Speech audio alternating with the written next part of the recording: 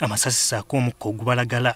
Poliisi byekozesezza okugumbulura abalonzi mu bitundu by'Ensangi mu zooni ya Buwaali abalonzi gye bakyankalanye.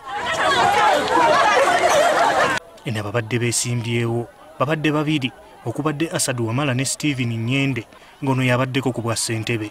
Enjuyi zombi zibadde zeerumiriza okuleeta abalonzi abatali ba mu kitundu kino ekisajjudde embeera evuddemu okulwanagana.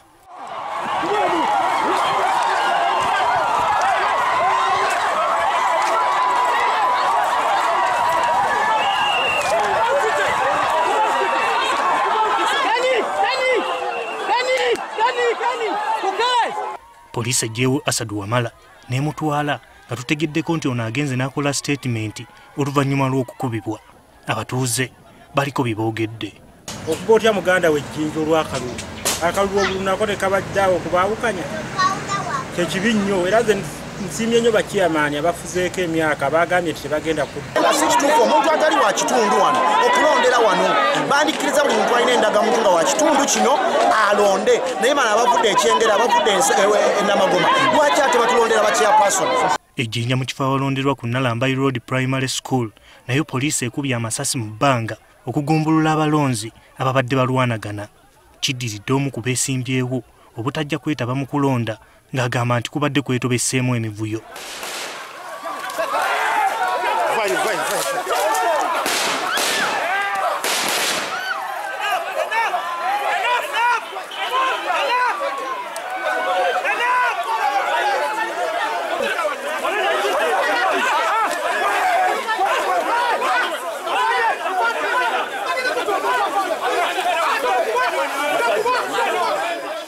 Akavuyo kazze oluvannyuma lw'oluuyi olumu okugaana okwetaba mu kulonda nga kigambibwa nti wabaddewo n'omuwagizi ayuzizza enkalala okubadde kukeberebwa abalonzi.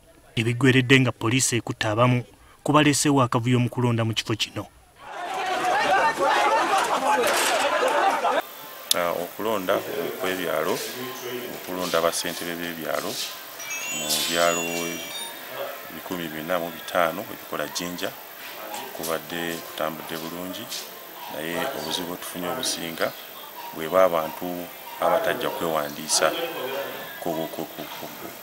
kulonda mu kalulu kano. Ne mu divisioni ya Lubaga mu bitundu nga Makamba, zooni ya Sendawula ne Namuŋŋoona wabaddewo akavuyo era ng'okulonda kuyiise lwa mivuyo egibadde gyetobese mu kulonda.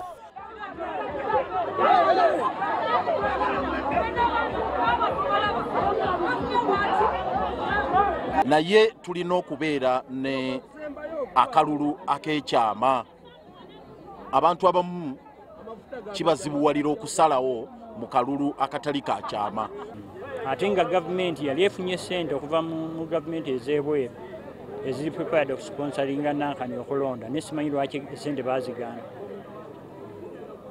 Gavumenti ya Bufalansa yali ebawadde ssente.